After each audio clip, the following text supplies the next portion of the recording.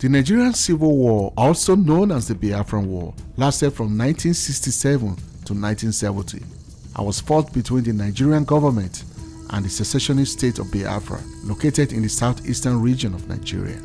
If the integrity, corporate existence of this country is threatened, and I'm afraid the time has come. As one who has been entrusted with the onerous responsibilities of guiding our young republic through these difficult times, I must confess that it is always a source of deep pleasure and encouragement to me to receive assurances of the support of the people.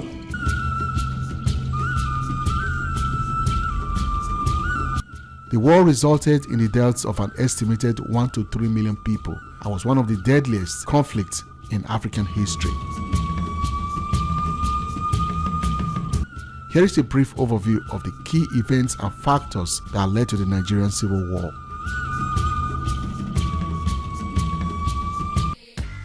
Background: Nigeria gained independence from British colonial rule in 1960, but political and ethnic tensions simmered beneath the surface. The country was divided into three major ethnic groups: the Hausa Fulani in the north, the Yorubas in the west, and the Igbos in the east. In 1966, a group of Igbo officers led a military coup that resulted in the deaths of many Hausa Fulani politicians and military leaders. He ran away from his house when we fired the first two shots of anti-tank gun into the building. The whole roof was blown up and the place was set alight.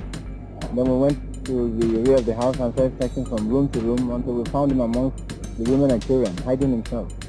So we sort of took away the women and children and took him.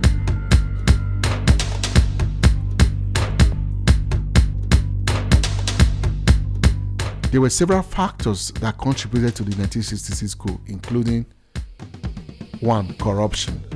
Nigeria had been plagued by widespread corruption and political malfeasance since its independence. The government was seen as ineffective and corrupt, with politicians and government officials accused of embezzlement, bribery, and nepotism. 2. Ethnic tensions. Nigeria is home to over 200 ethnic groups, and tensions between the different ethnic groups have been simmering for years. The Igbo people, who made up a significant portion of the military, felt marginalized and discriminated against by the government, which was dominated by politicians from the north. Because you can see from our northernization policy that in 1952, when I came here, there weren't 10 northerners in our civil service here. Then I tried to have it northernized, and now all important posts are being held by northerners. Is this policy of filling all key posts in the north solely with northerners and not with other Nigerians a temporary or permanent one? In actual fact, what it is a northerner first. If you can't get a northerner, then we take an expatriate like yourself on contract. Political instability. The tension in the country and the infighting among politicians, mostly along ethnic lines, created a lack of stability and trust in the government. 4. Economic inequality. Nigeria's economy was largely dependent on oil exports, but the benefits of this wealth were not evenly distributed. Many Nigerians lived in poverty, while a small elite enjoyed vast wealth and privilege.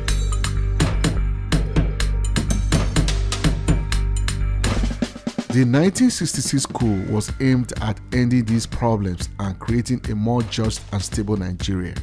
However, the coup led to further political instability and ethnic tensions, ultimately leading to the Nigerian Civil War from 1967 to 1970. The coup was perceived by the North as a coup against them. They accused the coup leaders of killing mostly northern leaders and letting the leaders of the Igbo extraction go unpunished. This sparked a wave of violence against Igbo people in the north, resulting in the deaths of thousands of civilians. Thus, the 1966 coup was followed by a counter-coup by the northern military elite that led to the deaths of many Igbo officers, including the coup leaders. After the counter-coup, the attack and the marginalization of the Igbos reached a high point. There were reports of massacres of the Igbos, particularly in the north. It seemed the federal government could not or would not protect the Igbos. Even those leaving the north for the safety of the southeast were ambushed and attacked at bus stations. Defenseless women and children were killed on a daily basis.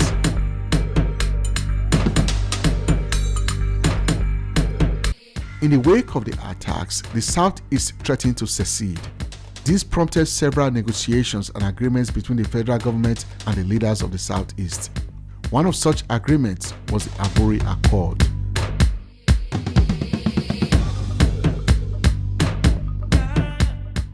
The agreement was signed in Aburi, Ghana under the auspices of the then Ghanaian head of state, Colonel Joseph Accra, and was aimed at resolving the political and constitutional issues that had led to the secessionist movement.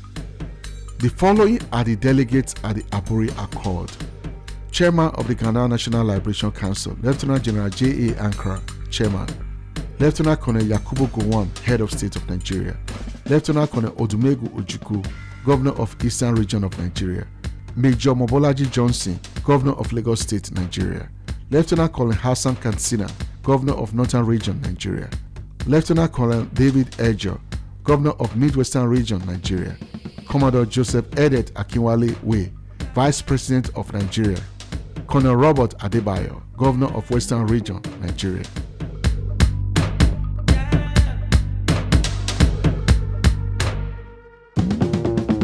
The Aburi Agreement. 1. Members agreed that the Legislative and Executive Council of the Federal Military Government should remain in the Supreme Military Council. 2. Appointments to senior ranks in the military, diplomatic and consular services, as well as appointment to super-scale posts must be approved by the Supreme Military Council. 3.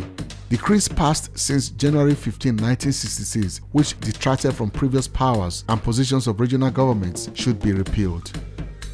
These agreements effectively curtailed the powers of the head of state to a ceremonial head. However, the biggest problem with the accord was the sovereignty of the regions. At Aburi, not only did the members agree to, quote, pulling apart of the regions, which in effect means sovereignty, it also agreed that there should be no military command of the army. From the product of the agreement, it was clear that Lieutenant Colonel Odumegu Ojukwu got what he wanted. He did so because he went to Aburi prepared with legal experts, and the likes of Lieutenant Colonel Yakubu Gowon, head of state, on the other hand, attended the meeting in good faith, unprepared. But no sooner than he arrived home, he was informed of the calamitous mistake he made at Aburi. That was why he reneged. However, Ojukwu ran with the mantra, "On Aburi we stand."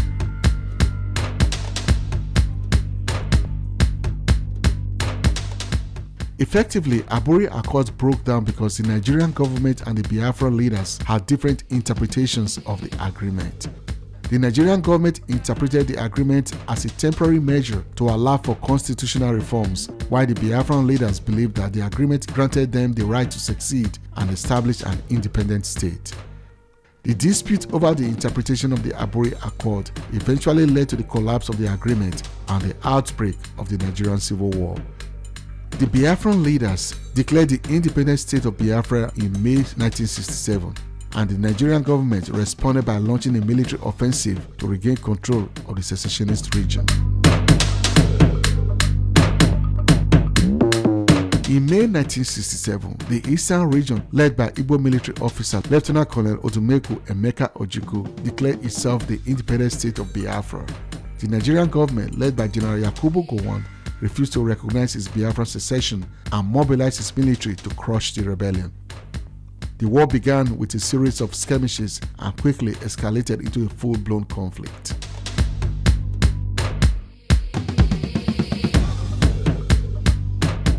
The Nigerian government, supported by foreign powers including the UK, the Soviet Union, and Egypt, had a clear military advantage with a larger and better equipped army. The Biafran forces were initially able to hold their own and even made gains, but they were eventually pushed back and surrounded. The Nigerian military imposed a blockade on Biafra, preventing food and medical supplies from reaching the civilian population. This led to widespread famine and disease, which contributed to the death of an estimated 1 million people. End of the war. After 3 years of fighting, Biafra's military and civilian leaders realized they could not win the war and began negotiations with the Nigerian government. In January 1970, the two sides signed a peace agreement and Biafra was reintegrated into Nigeria. Ojukwu fled to Ivory Coast and many Biafran military and civilian leaders were granted amnesty. However, there seems to be no full reconciliation between the Igbo people and the northern part of Nigeria as tensions remained high. Legacy. The Nigerian Civil War had a profound impact on the country and the region. It exposed deep political and ethnic divisions and led to the deaths of millions of people. The war also contributed to Nigeria's economic decline as resources that could have been used for development were diverted to military effort. The legacy of the war continues to be felt in Nigeria today with ongoing political and ethnic tensions and periodic outbreaks of violence in the regions. Thanks for watching. Do not forget to subscribe to this channel if you are new here. Like and share this video. I'll see you in the next one. Bye for now.